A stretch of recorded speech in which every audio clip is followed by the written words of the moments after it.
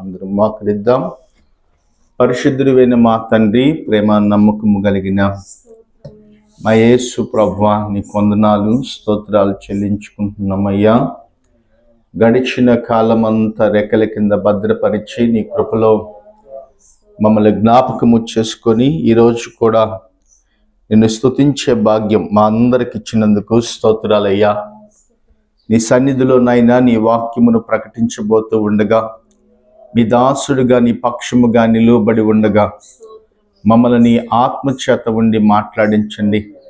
నేను మాట్లాడే ప్రతి మాటనైనా ఇదిగో నీవు బయలుపరిచిన మాట, నీవు పలికించగలిగిన మాటలుగా ఉండునట్టుగా చేయండి. వినగలిగిన చెవి, గ్రహించగలిగిన మనస్సు అయా బిడ్డలందరికీ మీరు అనుగ్రహించండి. వాక్యపు లోతుల్లోకి నైనా మీరు మమ్మల్ని నడిపించండి. వాక్యమునైనా వెల్లడకు తోడును అక్కడ వెలుగు కలుగునని మీరు చెప్పారయ్యా. ఇదిగో మీరు వెలుగును కలగ చేయండి. ప్రజల్లోకి నైనా నీ వెలుగును ప్రకాశింప చేయండి అయ్యా. ఇదిగో నైనా పౌలుకు నైనా ఆ వెలుగులో దర్శించబడినప్పుడు అయా పౌలు ఎక్కడ వెనుదిరిగి వెళ్ళిపోలేదు కదయ్యా. శ్రమైన ప్రభు కోసమే నిలువబడ్డాడు.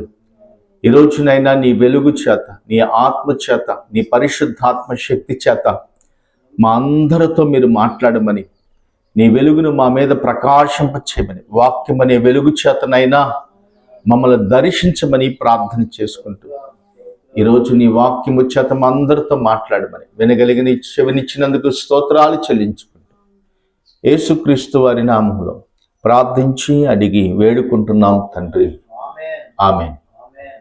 మీ అందరికీ వందనాలు. దేవుని వాక్యములో నుంచి కొన్ని విషయాలని మనం ధ్యానం చేద్దాం. సామెతల గ్రంథము 11వ అధ్యాయము. బైబిల్ గ్రంథములో సామెతల గ్రంథము 11వ అధ్యాయము 9, 10, 11 వచనాలు మనం చదువుకున్నాం. 12వ వచనం కూడా చదువుకున్నాం. నీతిమంతులు వర్ధిల్లుట పట్టణమునకు సంతోషకరము, భక్తిహీనులు నశించినప్పుడు ఉత్సాహధ్వని పుట్టును. యథార్థవంతుల దీవెనల వలన పట్టణమునకు కీర్తి కలుగును. భక్తిహీనుల మాటలు దాన్ని పడద్రోయను. బోర్ల దోయను అంటే పడద్రోయను. తన పొరుగు వారిని తృణీకరించువాడు బుద్ధి లేనివాడు, వివేకి అయినవాడు మౌనముగా ఉండును. కొండిగాడై తిరుగులాడువాడు పరుల గుట్టు బయటపెట్టును. నమ్మకమైన స్వభావము కలిగిన వాడు సంగతిని దాచుకును. నాయకులు లేని జనులు చెడిపోవుదురు. ఆలోచనకర్తలు అనేకులు ఉండుట. చాలండి. ఈ మాటలు బైబిల్ గ్రంథంలో సొలొమోనైన జ్ఞాని అన్నిటినీ అనుభవించి ఎవరించి రాస్తున్నటువంటి దేవుని ఆత్మచేత ప్రేరేపించబడి ఈ మాటలు రాస్తున్నాడు. నీతిమంతులంట వర్ధిల్లుట పట్టణమునకు సంతోషకరము. ఎందుకని ఆ పట్టణానికే సంతోషకరం వచ్చింది? బైబిల్ అదే చెప్తుంది. ఒక వ్యక్తి ఆ పట్టణంలో ఉన్న, ఒక వ్యక్తి ఒక గ్రామంలో ఉన్న, ఆ వ్యక్తిని బట్టి ఆ గ్రామానికి పేరు వచ్చింది. అవునా కదా? యేసు ప్రభు కూడా అదే చెప్తున్నాడు. యెరూషలేములో యేసుక్రీస్తు వారు నివసించినంత కాలము, ఆ ప్రాంతాల్లో యేసు ప్రభు తిరిగినంత కాలము ఆ ప్రాంతాలన్నీ గొప్ప పేరు మోగిని. ప్రభు ఆ ప్రాంతంలో ఉన్నాడని. ఇప్పుడు కూడా ఆ ప్రాంతాలు అవి పరిశుద్ధమైన స్థలాలుగా మనం చూడగలుగుతాం. అందుకే బైబిల్లో ప్రభు చెప్తున్నాడు, నీతిమంతులు వర్ధిల్లుతా పట్టణమునకు సంతోషకరము, భక్తిహీనులు నశించినప్పుడు ఉత్సాహధ్వని పుట్టును. ఆమె ఎందుకని ధ్వని పుట్టిస్తారు? ఎందుకని నీతిమంతులు చనిపోతే సైలెంట్గా ఉంటారు, భక్తిహీనులు చనిపోయినప్పుడంట ఉత్సాహధ్వని ఎందుకు వచ్చిందని బైబిల్ చెప్తుంది. అందుకే దేవుని వాక్యములో స్పష్టంగా ప్రభు మనతో మాట్లాడుతున్నాడు. ఈ మాటలు మనం చూడగలిగితే 11వ వచనంలో చదివితే, యథార్థవంతులు దీవెన వలన పట్టణమునకు కీర్తి కలుగును, భక్తిహీనుల మాట దాన్ని బోర్ల త్రోయబడును. పట్టణము కంట యథార్థవంతులుంటే దీవెన వచ్చిందంట. చూడండి, బైబిల్ గ్రంథంలో మనం చూడగలిగితే యోసేపు ఆ పట్టణములో ఉన్నాడు. ఆ పట్టణానికి ఘనత వచ్చింది. ఆ పట్టణానికి దీవెనికరంగా మార్చబడ్డాడు యోసేపు. దానియేలును మనం చూడగలిగితే బబులోను దేశములో ఆ కీర్తి అంతటిని ప్రచురము చేయటానికి గల, యేసుక్రీస్తుని ప్రచురము చేయటానికి గల కారణం ఏంటంటే, దానియేలును బట్టి ఆ పట్టణమునకు మంచి పేరు కలిగినట్టుగా మనం చూడగలుగుతున్నాం. ఆమేన్. ఈరోజు బైబిల్ చెబుతున్న విషయాలు, బైబిల్లో రాయబడుతున్న విషయాలు, ఇదిగో భక్తిహీనులు దాన్ని బడద్రోయబడతారంట, నీతిమంతులంట ఆ పట్టణానికి కీర్తి తీసుకొస్తారు. బైబిల్ ఒక మాట చెప్తుంది. సామెతల గ్రంథం 14వ అధ్యాయంలో మరి 1వ వచనం 2వ వచనం చదువుకున్నాం. జ్ఞానవంతురాలు తన ఇల్లును కట్టును, 3 రాళ్ళు తన చేతులతో తన ఇల్లు ఊడరబేకును, యథార్థముగా ప్రవర్తించువాడు యెహోవా యందు భయభక్తులు కలిగిన వాడు కుటిల చిత్తులు. ఎవరినంట? కుటిలముగా మాట్లాడేవారంట, దేవుణ్ణి తిరస్కరించేవారు. అంటే దేవునికి హేయమైన వారు, దేవునికి యథార్థంగా లేనివారు. అందుకే బైబిల్ చెప్తున్న విషయాలు మనం చూడగలిగితే, తన పొరుగు వారిని తృణీకరించకూడదంట. ఏం చేయకూడదంట? తృణీకరించకూడదు. ఎదుటి వ్యక్తిని తృణీకరించి మాట్లాడితే దేవునితో సహవాసము కలిగిన, దేవుని స్వరూపము కలిగిన, దేవుని మనస్సు కలిగిన వ్యక్తిని మనం తృణీకరించినట్టే. అందుకే అక్కడ రాయబడుతుంది 12వ వచనం, తన పొరుగు, సామెతల గ్రంథము 11వ అధ్యాయము 12వ వచనం, తన పొరుగు వారిని తృణీకరించిన వాడు ఏం లేదంట అతనికి. ఏం లేదంట? బుద్ధి లేదు. దేవుణ్ణి తృణీకరించిన వాడు, దేవుని పిల్లల్ని తృణీకరించిన వాడు, సంఘమును తృణీకరించిన వాడు. బైబిల్ అదే చెప్తుంది. అపోస్తుడైన పౌలు సంఘమును హింస పెట్టాలని, సంఘమును బాధపరచాలని, సంఘము ఇక లేకుండా చేయాలని, ప్రజల యొక్క క్రీస్తుని ఎవరు అంగీకరించకుండా ఉండాలని చెప్పి రాజు దగ్గర ఆజ్ఞ తీసుకొని బయలుదేరాడు. ఎక్కడికి? దమస్కులో ప్రజలున్నారు, యెరూషలేములో ఇప్పుడు దాకా అయిపోయింది, దమస్కులో అనేక మంది క్రైస్తవులు ఉన్నారు. ఆ క్రైస్తవుల్ని హింస పెట్టి చావుగొట్టి క్రీస్తుని ఎవరు అంగీకరించకుండా ఉండాలని చెప్పి అపోస్తుల కార్యం 9వ అధ్యాయంలో మనం చూడగలిగితే, అక్కడికి వెళ్తూ ఉండగా అకస్మాత్తుగా ఒక వెలుగును చూశాడని బైబిల్ చెప్తుందండి. చీకటిలో ఉన్నవాడు అంతటి వరకు, ఇదిగో అంతవరకు లోకములో జీవిస్తున్నవాడు పౌలు, అంతవరకు ధర్మశాస్త్ర ప్రకారంగా నడిచిన వ్యక్తి, అంతవరకు సౌలుగా జీవిస్తూ దేవుని చిత్తానికి అప్పగించుకోలేకుండా ఇదిగో అనేకులు క్రైస్తవుల్ని బాధ పెట్టిన వ్యక్తి అకస్మాత్తుగా ఒక వెలుగును చూశాడంట. ఆ వెలుగులో దేవుని మాటలు వింటున్నాడు. సౌలా, సౌలా, సహోదరుడా, నీవు నన్ను ఎలా హింసించుచున్నావని చెప్పినప్పుడు, ప్రభువా నీవు ఎవరవని అడగగా, అతడును అడగగా ఆయన నేను నీవు హింసించుచున్నా. చూడండి, ఇప్పుడు ఎవరిని తృణీకరించాలని బయలుదేరాడు సౌలు? సంఘాన్ని, దేవుణ్ణి, ప్రజలని తృణీకరించి మాట్లాడాలని చూశాడు. అయితే బైబిల్ చెబుతుంది, తన పొరుగు వాడిని తృణీకరించి వాడంట బుద్ధి లేని వాడు. ఏం లేదంటే ఇప్పుడు బుద్ధి లేని వాడు. దేవుని వాక్యం అదే చెబుతుంది, వివేకి అయిన వాడు మౌనంగా ఉంటాడు. యేసుక్రీస్తు వారు కూడా ఆయన సులువు మీద వేలాడటానికి వెళ్ళేటప్పుడు, ఆయన తీర్పు తీర్చినప్పుడు అనేక మంది యేసు ప్రభువుని అన్యాయముగా తీర్పు. అపోస్తుల కార్యము 18వ అధ్యాయము 1వ వచనం చదువుకున్నాం. అటు తరువాత పౌలు ఎథెన్సు నుండి బయలుదేరి కొరింథీకి వచ్చినప్పుడు పంతు వంశీయుడైన అకుల్లాను ఒక యూదుని, అతని భార్య అయిన పిస్కిల్లాను కనుగొని వారి యొద్దకు వెళ్ళెను. యూదులందరూ రోమా విడిచి వెళ్ళిపోవాలని క్లౌదియా చక్రవర్తి ఆజ్ఞాపించినందున వారు ఇటలీ నుండి క్రొత్తగా వచ్చిన వారు వృత్తికి డేరాలు కుట్టేవారు. పౌలు అదే వృత్తి కలిగిన డేరాలు పని చేస్తున్నాడు. వారితో కాపురముండి వారు కలిసి పని చేయుచుండిరి. అతడు ప్రతి విశ్రాంతి దినము సమాజ మందిరములో తర్కించుచు యూదులను గ్రీసు దేశస్థులను ఈ పని చేస్తున్నాడు పౌలు. ఏం పని అంట? అనేక మందితో అంట యేసుక్రీస్తు వారు దేవుని వాక్యాన్ని చెప్పేవాడంట పౌలు. ప్రతి విశ్రాంతి దినం వెళ్ళేవాడంట. అందరిలోకి వెళ్ళి, సమాజంలోకి వెళ్ళి గుంపు కూడిన వారితో యేసుక్రీస్తుని వారి గురించి ప్రకటించేవారంట. దేవుని వాక్యము చెప్తుంది, దేవుని మాటలు చెప్తుంది. అపోస్తుడైన పౌలు సంఘములో అకుల్లా పిస్కిల్లా ఏం చేస్తున్నారంటే ఒక బాధ్యత కలిగి పని చేస్తున్నారు. పౌలుతో పాటు దారాలు కుడుతూ పౌలుకి పరిచర్య చేస్తూ సంఘములో ఒక నమ్మకమైన పరిచారకులుగా ఉన్నారు. ఒక విషయాన్ని గమనించండి, వీళ్ళు దేవుని వాక్యం ఎరిగిన వారే, వీళ్ళు దేవుని మాటలు ఎరిగిన వారే. అయితే వీళ్ళు పౌలు చెప్పుచున్న మాటలు ఉన్నాయా లేవా, బైబిల్ సారంగారంగా ఉన్నాయా లేవా అని పరీక్షించి చూశారంట.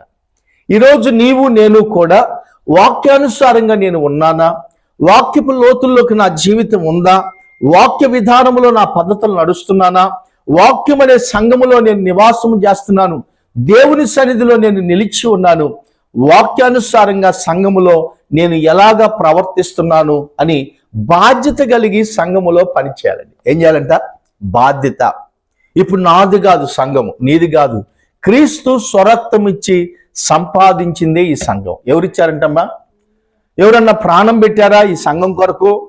ఎవరన్నా పాపములు విమోచన కొరకు ఎవరన్నా ప్రాణం పెట్టగలిగారంటే యేసుక్రీస్తు వారు తప్పక ఎవరు కూడా ఈ సంఘం కొరకు ప్రాణం పెట్టలేదు. అందుకే యేసు ప్రభు బైబిల్లో రాయబడుతుంది, ఇదిగో నా గొర్రెలు. యోహాను సువార్త ఒకసారి చూడండి బైబిల్ గ్రంథంలో యోహాను సువార్త 15 చదువుకున్నాం. 10వ అధ్యాయము 27. నా గొర్రెలు నా స్వరమినును, నేను వాటిని ఎరుగుదును. చూడండి, అవి నన్ను వెంబడిస్తాయి. దేవుని వాక్యము చెప్తుంది, దేవుని గొర్రెలంట దేవుని స్వరాన్ని వింటాయి, అవి దేవుణ్ణి మాత్రమే వెంబడిస్తాయి అంట. చూడండి, గొర్రెల కాపరి వెళ్తున్నప్పుడు, గొర్రెల కాపరి కాలువ దాటి దూకి వెళ్తున్నప్పుడు కూడా మందలన్నీ కూడా దూకి వెళ్తా ఉంటే యజమానుడు చేసినట్టు. ఎందుకనంటే మందంతా కూడా కాపరిని వెంబడించి నడుస్తూ ఉంటాయి. ఈరోజు నీవు కూడా సంఘములో దేవుణ్ణి వెంబడిస్తూ దేవుని స్వరమును వింటూ దేవుని గొర్రెపిల్లగా మందను కాస్తూ మందలో ఒక బాధ్యత కలిగిన వ్యక్తిగా ఉండాలని ప్రభు నీతో మాట్లాడుతున్నాడు. ఆమేన్. బాధ్యత అంటే ఎలాగా? నా ఇల్లు, నా మందిరము, నా ప్రార్థన, ఇదిగో నీది అనుకోకుండా మనందరిది అని చెప్పి విజ్ఞాపన చేయాలి. సంఘము కొరకు విజ్ఞాపన చేస్తున్నావా? దేవుని పిల్లల కొరకు ప్రార్థన చేస్తున్నావా? ఇదిగో సంఘములో ఉన్న వారందరి కుటుంబాలు క్షేమంగా ఉండాలని ప్రార్థన చేస్తున్నావా? దేవుని చిత్తానికి అప్పగించుకోకుండా, దేవునితో సహవాసము చేయకుండా, దేవుణ్ణి వెంబడించకుండా, ఇదిగో పరును గుట్టు బయట పెడుతూ నీ ఇష్టానుసారంగా జీవిస్తూ దేవుని వాక్యానికి ఔధేయులుగా ఉంటే దేవుడంట దేవుని గొర్రె పిల్లవు నువ్వు కాదు. ఆమేన్. సామెతల గ్రంథం ఆ మాటలు ఒకసారి చదవండి. బైబిల్ గ్రంథంలో దేవుని వాక్యములో నుంచి మనం చదువుకున్న మాట ఒకసారి చదువుతావా? 11వ అధ్యాయము 10వ వచనం 12వ వచనం. తన పొరుగు వారిని తృణీకరించువాడు బుద్ధి లేనివాడు, వివేకి అయిన వాడు మౌనముగా ఉండును. కొండెమలాడు వాడై తిరుగులాడుచు పరులు గుట్టుని బయట పెట్టి నమ్మకమైన స్వభావం గలవాడు. నాయకులు లేని జనులు చాలాగా జనులు చెదిరిపోదురో, ఆలోచన లేకుండా అనేకులు వాడు ఆలోచనకర్తలు అనేకులు ఉండుట ఎదుటివాడి కొరకు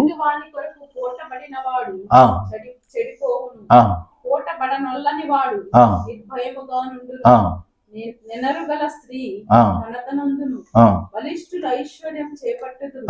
దయగలవాడు తనకే మేలు చేసుకొనును, క్రూరుడు తన శరీరమునకు బాధ తెచ్చుకొనును. ఏం తెచ్చుకుంటాడంట? క్రూరుడు తన శరీరమునకు బాధ తెచ్చుకొనును. 18వ వచనం, భక్తిహీనులను సంపాదన వాని మోసము చేయును, నీతిని విత్తువాడు ఏంటంటే నీతిని విత్తువాడు శాశ్వతమైన బహుమానము పొందును. యథార్థమైన నీతి జీవదాయకము. ఏంటంట? యథార్థమైన నీతి అంట జీవదాయకము. ఈరోజు ప్రభు అయిన యేసుక్రీస్తు మనల్ని ఎందుకు రక్షించాడంటే సంఘములో నీవు ఒక నమ్మకమైన పాత్రగా ఉండాలని ప్రభు నీతో నాతో మాట్లాడుతున్నాడు. ఆమేన్. దేవుని వాక్యము చెబుతుంది, నీవు నమ్మకంగా లేకపోతే రేపు యేసయ్య కూడంట నీ నమ్మకాన్ని బట్టే, నీ యథార్థతని బట్టే, నీ ప్రార్థనా జీవితాన్ని బట్టే రేపు లెక్క తీసుకుంటాడండి. దేవుడు చెప్పిన మాటకి విధేయత కలిగి నడుచుకోవాలి. అందుకే బైబిల్ గ్రంథంలో ఒక విషయాన్ని మనం చూడగలిగితే, దేవుని మాటను వినకుండా, సేవకుని మాటను వినకుండా తిరస్కరించి వెళ్ళిపోయాడు సౌలు. చదువు 15వ అధ్యాయము 23వ వచనం. తిరుగుబాటు చేయుట సోది చెప్పుటయు అది కాదు.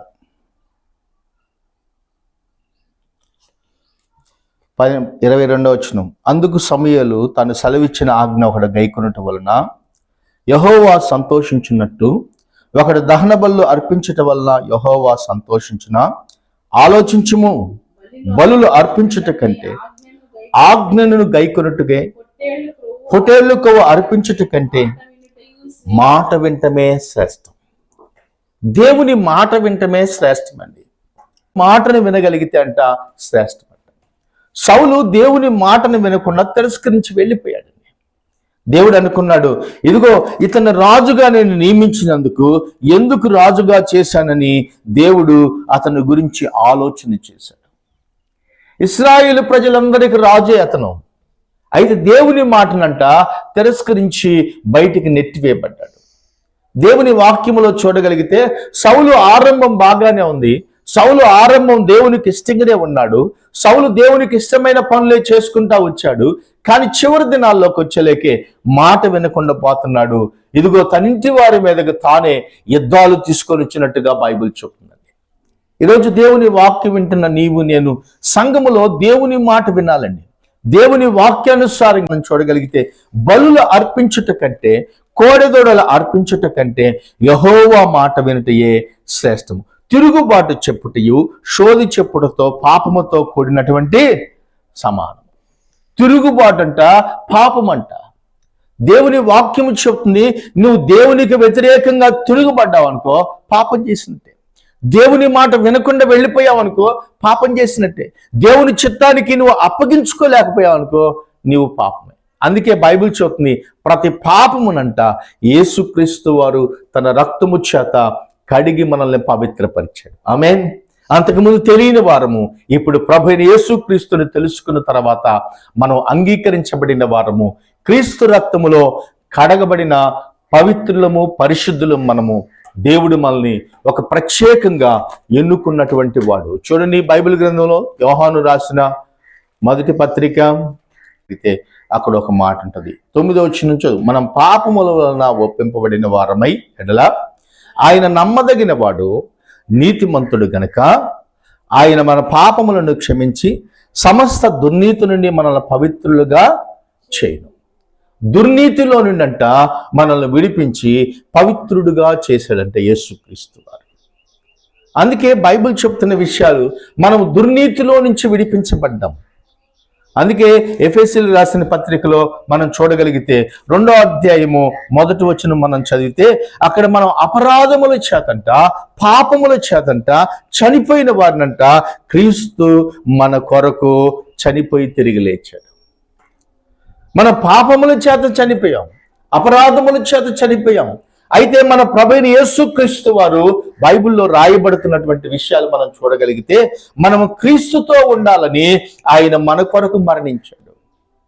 అందుకే బైబిల్ చెప్తున్న విషయాలు, ఇదిగో జ్ఞానముతో పని చేయాలి, సంఘములో బాధ్యత కలిగి పని చేయాలి, ఆత్మ సంబంధమైన ప్రతి ఆశీర్వాదం అంట మనకు అనుగ్రహించాడంట దేవుడు.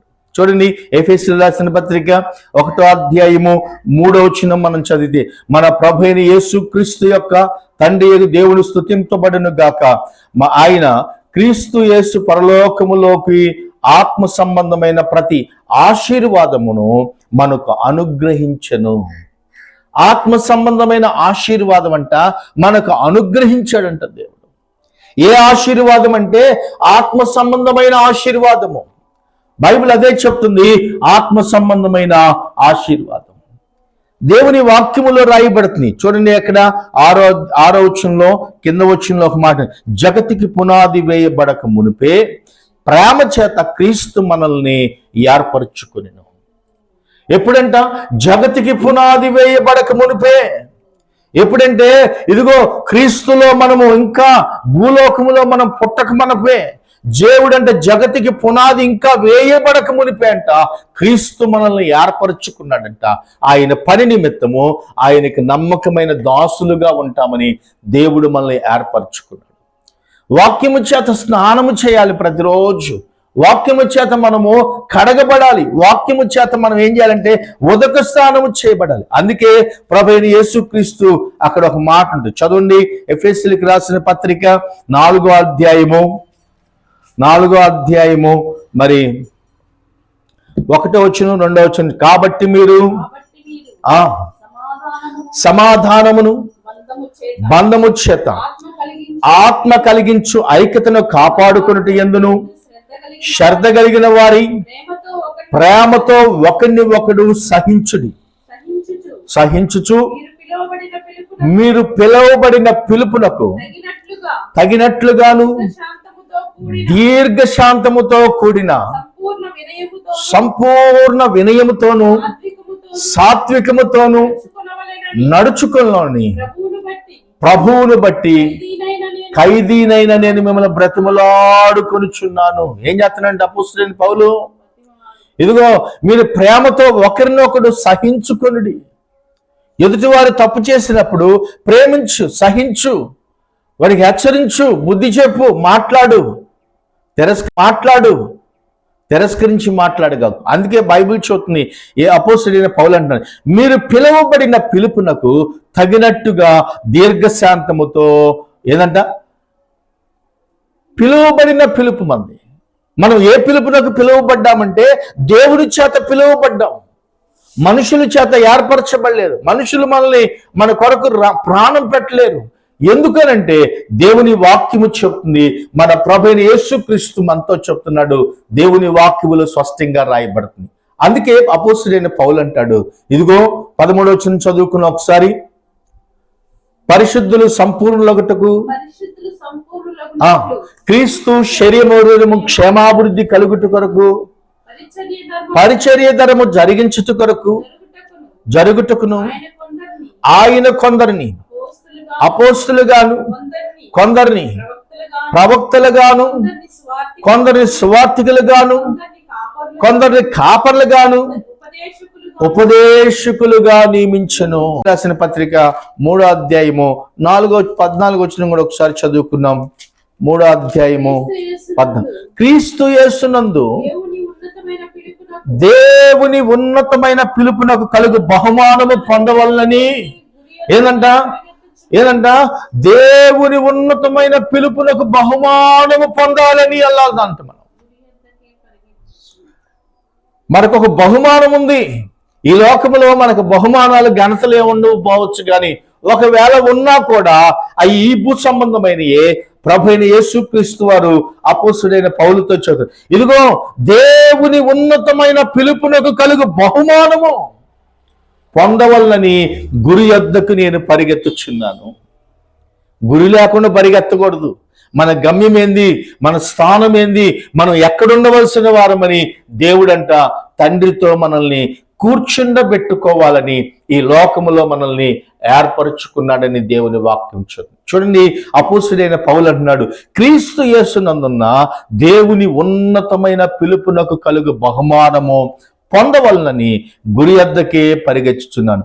కాబట్టి 15వ వచనం కూడా ఒకసారి చదువుదాం. కాబట్టి 15వ వచనం, ఫిలిప్పీయులకు రాసిన పత్రిక 3వ అధ్యాయము 15వ వాక్యం. కాబట్టి మనలో సంపూర్ణము గలవారమై వారు అగుదము, ఆ తరమే కలిగించుదము. అప్పుడు దేనిని గురించి మీకు వేరు. కాబట్టి మనలో సంపూర్ణులమైన వారందరము ఈ తాత్పర్యమే కలిగి ఉందము.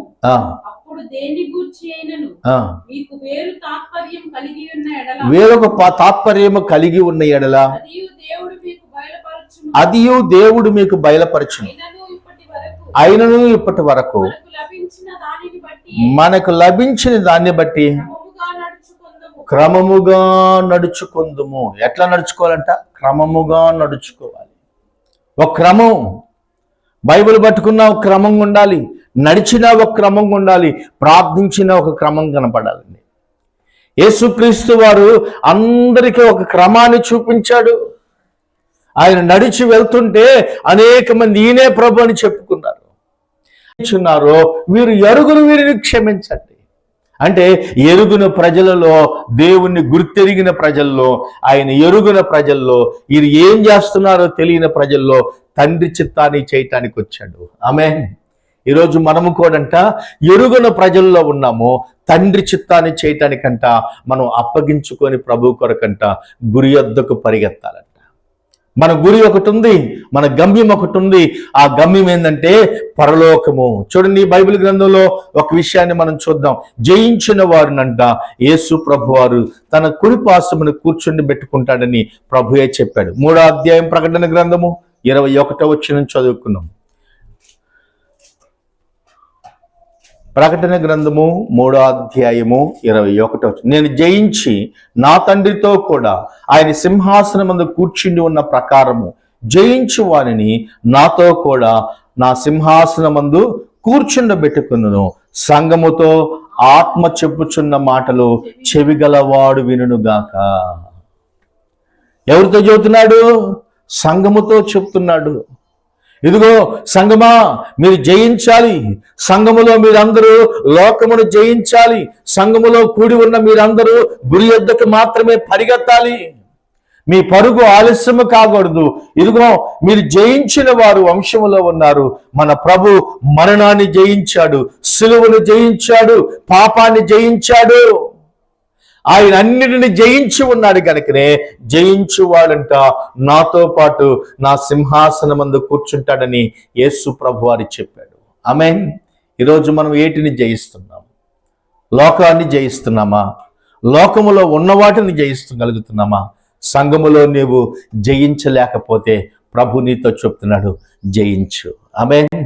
ప్రభువుతో కూర్చునే భాగ్యాన్ని పోగొట్టుకోవద్దు. ఇదిగో ప్రభు శరీరములో చేయి వేయటానికి కొరింథీయులకు రాసిన 11వ అధ్యాయం, కొరింథీయులకు రాసిన మొదటి పత్రిక 11వ అధ్యాయము ఒకసారి మనం చదువుకున్నాం. ప్రభువైన యేసుక్రీస్తు వారు ఒక రొట్టెను పట్టుకొని కృతజ్ఞతాస్తుతులు చెల్లించి విరిచి, దీని నీ కొరకైన నా శరీరమని జ్ఞాపకము చేసుకోమని ప్రభువే ఆ మాటలు చెప్పాడు. చదువుతారా ఆ మాటలు? 24వ వచనం. దానిని విరిచి, ఇది మీ కొరకైన నా శరీరము. ఏ శరీరం అంట? ఇది మీ కొరకైన నా శరీరము, నన్ను జ్ఞాపకము చేసుకొనుటకు చెప్పిన. ఆ ప్రకారమే భోజనమైన పిమ్మట ఆయన పాత్రను పట్టుకొని, ఈ పాత్ర నా శరీరమైన క్రొత్త నిబంధనకు గుర్తుగా ఉన్నది రక్తము, యేసుక్రీస్తు రక్తం. ఇదిగో మీరు దీన్ని చేసినప్పుడు నన్ను జ్ఞాపకము చేసుకోమని ప్రభువే చెప్పాడు. ఆయన్ని జ్ఞాపకం చేసుకోవడానికి ఈరోజు ప్రభు రక్తములో, ప్రభు శరీరంలో పాలు భాగస్థులమై ఉన్నాం. అందుకే బైబిల్ చెప్తున్న విషయాలు స్పష్టంగా ప్రభు మనతో చెప్తున్నాడు. ఆమేన్. ఈరోజు దేవుని వాక్యము చెప్తుంది. వాక్యములో రాయబడుతున్న విషయాలు మనం చూడగలుగుతున్నాం. ప్రభు అంటున్నాడు, ఇదిగో మీరు నన్ను జ్ఞాపకము చేసుకున్నట్టుకు దీన్ని చేయండి. ఈరోజు ప్రభు వాక్యం ఏం చూస్తుందంటే వివేకము కలిగి సంఘములో బాధ్యత కలిగి పనిచేయాలని ప్రభు నీతో నాతో మాట్లాడుతున్నాడు. ఆమేన్. మరి దేవుడి చిన్న వాక్యము దీవించును గాక. ప్రార్థన చేద్దాం. మరి ప్రభు రక్తములో ప్రభు శరీరములో పాలి భాగస్థులు అవటానికి స్తోత్రమయ్యా, స్తోత్రాలు. ఇంతవరకు నాయన వాక్యము చేత మా అందరితో మాట్లాడినందుకు నీకు స్తోత్రాలు చెల్లిస్తున్నామయ్యా. ఇదిగో ప్రభా, నీ సన్నిధిలోకి వచ్చి నీ శరీరములో నీ రక్తములో పాలి భాగస్థులు అవటానికి మీరు ఇచ్చిన కృపను బట్టి నీకు స్తోత్రాలయ్యా. జ్ఞానము లేని వాడు అయ్యా బుద్ధిహీనుడంట. ఇదిగో ఎదుటి వారిని గురించి విమర్శ చేస్తాడని దేవుని వాక్యం విన్నామయ్యా. మేము బుద్ధిమంతుల వలే ప్రభా, జ్యోతుల వలే ప్రభా, ఇదిగో నీ రక్తములో కడగబడిన వారం వలే ప్రభా, నీ ఎదుట నీతిమంతులుగా మేము ఉండునట్టుగా మమ్మల్ని సిద్ధపరచండి. సంఘములో ఎలాగ బాధ్యత కలిగి పనిచేయాలో, సంఘము కొరకు ఎలాగ ఉపవాసం ఉండి ప్రార్థన చేయాలో, సంఘమునైనా ఎలాగా దేవుని చిత్తానికి అప్పగించుకోవాలో, సంఘమునైనా దేవుని ఆత్మచేత ఎలాగ పనిచేయాలో అయ్యా మేము చూసిన ప్రాంతాల్లో ఎక్కడ దేవుని మాటలు వినపడతలేదు. మేము వెళ్ళిన ప్రాంతాల్లో ఎక్కడనైనా దేవుని చిత్తము ఎరగని ప్రజలు ఉన్నారు ప్రభా. వారందరికన్నా మమ్మల్ని శ్రేష్ఠులుగా చేశావు. నీ పని కొరకు వాడుకోవటానికి, నీ చిత్తము జరిగించబడాలని, నీ ఆత్మతో నడిపించబడాలని, జయించిన వారిని నాయనా నీతో పాటు మమ్మల్ని కూర్చుండబెట్టుకోవాలని మమ్మల్ని సజీవులుగా చేసినందుకు స్తోత్రాలయ్యా. అయ్యా, ఎవడు అయోగ్యముగా తినునో వాడు శిక్షకు పాత్రుడని మీరు చెప్పారయ్యా. అయోగ్యముగా కాక యోగ్యముగా నీ పాత్రలో చేయవేయటానికి కృపించినందుకు స్తోత్రాలు చెల్లించుకుంటూ, నా విరిగి నలిగిన హృదయంతో నీకు వందనాలు చెల్లించుకుంటాం. రాని బిడ్డల ప్రభ మరొక వారం వచ్చినట్టుగా వారి అంతరంగంలో నుంచి మీరు మాట్లాడండి ప్రభా. ఇదిగో ప్రతి ఒక్కరికి మీరు మేలు కలగ చేయండి అయ్యా. కీడును కొట్టివేయమని, జయమును కలగ చేయమని, ప్రార్థనాత్మతో నింపమని, మీరే ఉండి గొప్ప కార్యాలు చేయమని అయ్యా. వచ్చిన బిడ్డలకి మంచి ఆరోగ్యము దయచేయండి. ప్రార్థనతో మీ బిడ్డలను నింపండి నాయన. వాక్యము చేత ఉతక స్థానము చేయండి నాయన. దేవుని వాక్యపు లోతుల్లోకి నాయన జయించి నీతో పాటు నీ సింహాసనం ముందు మేమందరము కూర్చుండునట్టుగా మమ్మల్ని సిద్ధపరచమని అడుగుతూ, ఈ వాక్యము చేత మమ్మల్ని అందరిని నడిపించినందుకు ఈరోజు పరిశుద్ధ దినములోనైనా నీ చేయి వేయటానికి అయ్యా, నీ పాలి భాగస్థులు పోవటానికి, నీతో పాటు నైనా శ్రమపరచబడటానికి, నీ వాక్యమును వినుటకునైనా మాకిచ్చిన భాగ్యమును బట్టి స్తోత్రాలు చెల్లించుకుంటూ అయ్యా, ఇంతవరకు మీరు ఈ ప్రార్థన అంతటిని నడిపించినందుకు వందనాలు చెల్లించుకుంటూ యేసుక్రీస్తు వారి అతి శ్రేష్టమైన నామములో ప్రార్థించి అడిగి వేడుకొని మనం చేసుకుంటున్నాము తండ్రి. ఆమేన్. మన తండ్రి అయిన దేవుడి దీవెన, కుమారుడైన యేసుక్రీస్తు వారి కృప, పరిశుద్ధాత్మ దేవుడు అన్న మన సహవాసము సకల పరిశుద్ధులకు మనకును ఆయన కృపతోడై నడిపించునుగాక. ఆమేన్. అందరికీ వందనాలు. ప్రభు మరి